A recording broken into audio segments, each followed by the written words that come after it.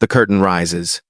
A man stands alone beneath the blinding heat of stage light, his face carved in poise, his voice steady, commanding, eternal.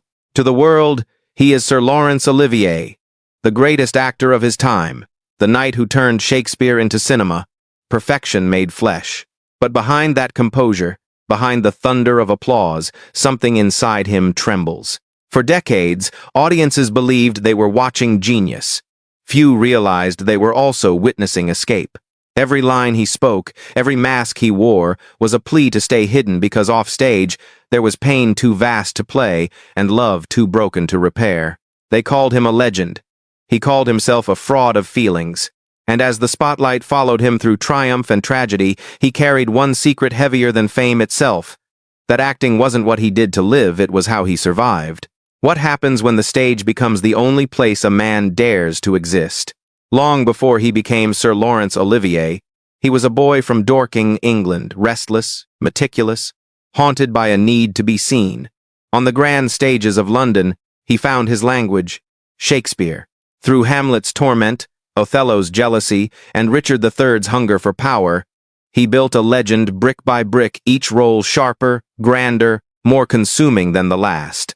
By the 1,940 seconds, he wasn't just an actor, he was England's mirror. When he adapted Hamlet for film in 1948, it was more than cinema, it was confession disguised as art. The performance earned him an Academy Award and a knighthood, sealing his place among immortals. Yet, even then, he stood apart. Colleagues called him cold, unreachable, a man sculpted in marble, untouchable even in love. Vivien Leigh, his luminous counterpart both on stage and off, once said, "He acts better than he lives." Together they embodied perfection, but perfection was only another role to play.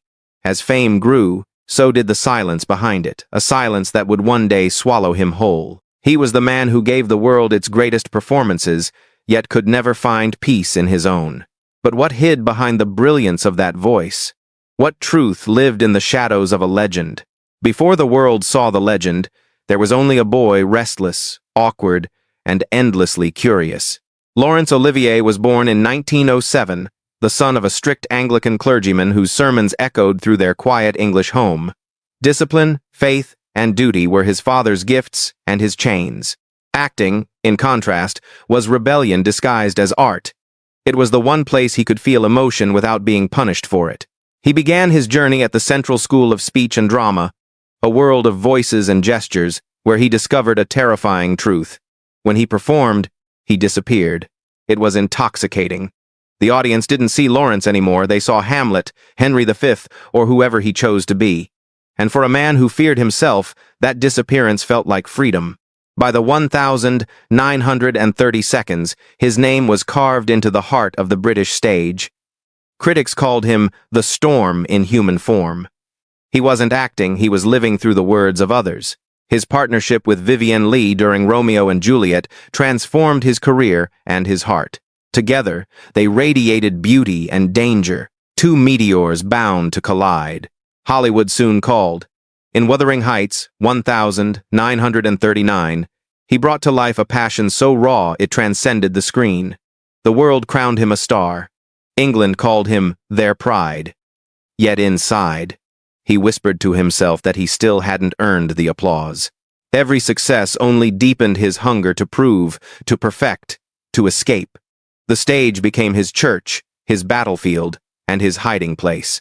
At the height of his glory, Laurence Olivier seemed untouchable.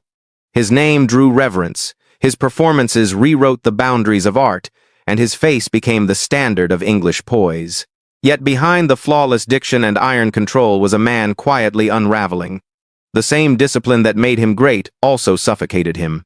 His marriage to Vivien Leigh, once the most envied union in the theater world, became the most painful chapter of his life. She was brilliant, mercurial, and already haunted by the early signs of mental illness.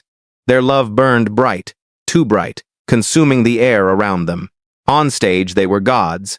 Off stage they were ghosts of themselves, speaking in rehearsed politeness while drowning in exhaustion and shame. Olivier tried to manage it all. Her outbursts, the tabloids, the guilt of leaving her behind during productions. When he finally walked away, it wasn't from love, it was from helplessness. I had to save what was left of my mind, he once admitted to a friend. But the decision left him scarred, carrying a private wound that applause could never mend. As he built the National Theatre and shaped the next generation of actors, he buried his emotions deeper, molding them into art.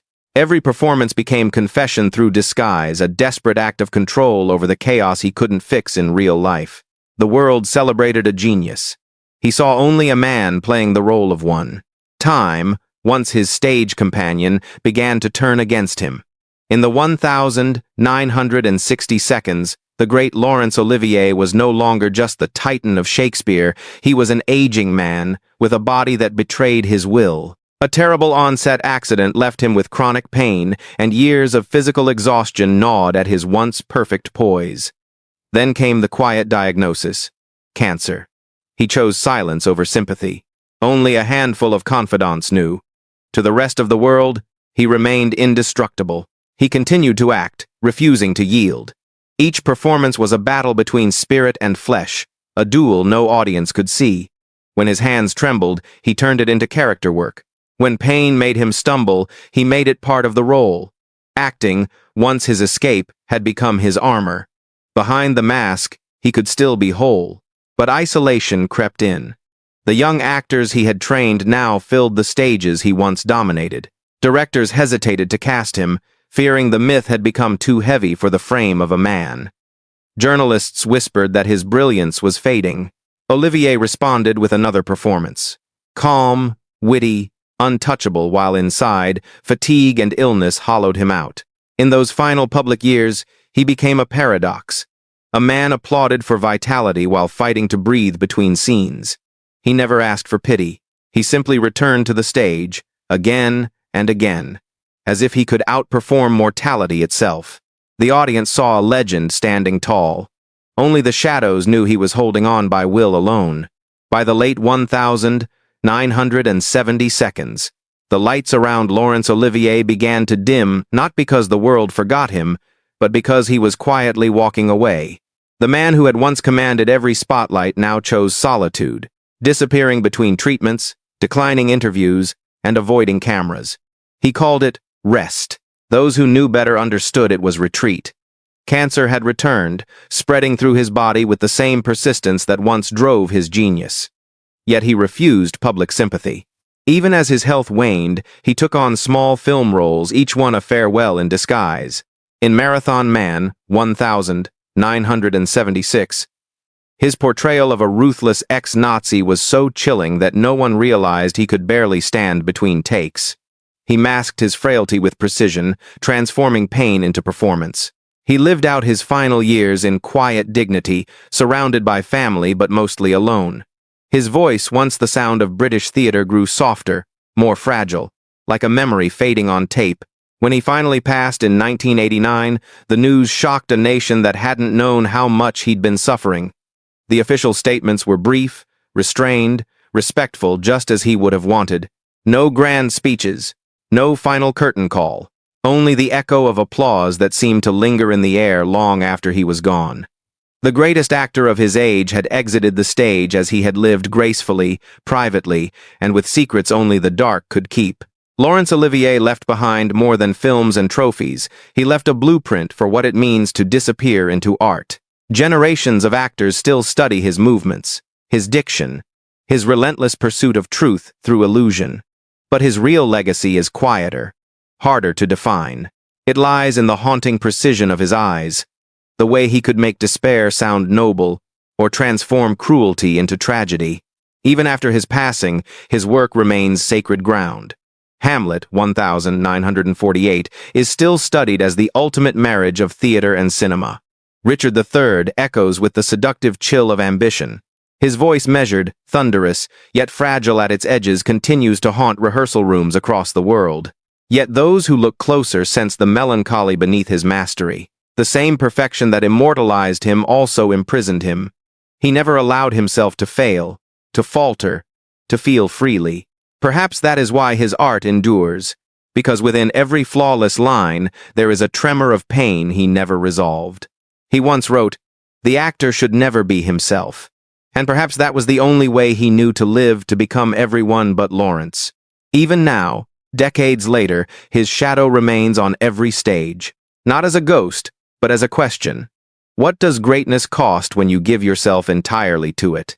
Fame made him a monument. Shadow made him human. Between the roar of applause and the silence of his final years, Laurence Olivier lived in a fragile balance, half in light, half in hiding. The stage that gave him immortality also consumed his peace. Each ovation was both worship and farewell. He was the man who turned words into worlds, yet could never find one where he truly belonged. Beneath the armor of Shakespeare's kings and heroes, he was only a man aching, uncertain, desperate to stay needed. His brilliance was undeniable, but so was his loneliness. In the end, it wasn't illness that took him, it was time, and the quiet surrender of a soul that had given everything to illusion. The curtain fell softly, leaving behind echoes of greatness and grief intertwined, because that's the secret of every legend. The brighter the light, the deeper the shadow it casts. What do you see when you look at a legend? The brilliance or the burden? Laurence Olivier gave the world perfection, yet carried pain that no one could script. Perhaps that's why his story still lingers, because every standing ovation hides a silent cry. If you believe every light carries its own darkness, stay with us. There are more untold stories waiting behind the spotlight.